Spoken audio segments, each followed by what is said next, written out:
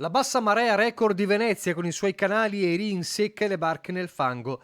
La siccità che fa già paura e non soltanto in Polesine. Finora a febbraio mezzo millimetro di precipitazioni scese secondo ARPAV, quando il valore medio del mese è 60 millimetri e quello parziale della prima metà di febbraio di solito è 48 millimetri. Niente pioggia e neve da un mese in pieno inverno. Indizi di un clima che fa paura, indizi che fanno una prova, assieme alle bombe d'acqua, alle alluvioni, ai cicloni che hanno seminato devastazione negli ultimi anni nella nostra regione. E se ce ne fosse ancora bisogno, arriva un nuovo allarme siglato da CrossDI, tra i leader mondiali nell'analisi del rischio climatico fisico, con la prima analisi globale per chi vuole investire in patrimonio immobiliare e nei territori. Secondo il report, che mette a confronto 2600 regioni e macroregioni in tutto il mondo, il Veneto è tra le prime 10 zone d'Europa più esposte agli eventi meteorologici estremi e al cambiamento climatico entro il 2050 e tra le prime 100 del mondo. Veneto al quarto posto in Europa davanti a Lombardia ed Emilia-Romagna.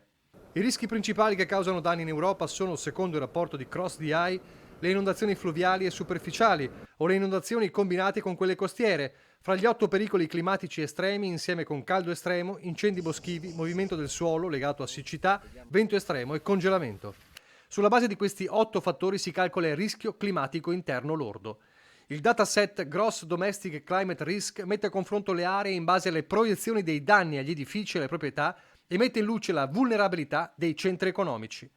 Il confronto in Europa con la proiezione nel 2050 ha rilevato che la Bassa Sassonia in Germania, le Fiandre in Belgio, Krasnodar in Russia e il Veneto e la Lombardia in Italia sono le regioni europee ai primi posti in classifica.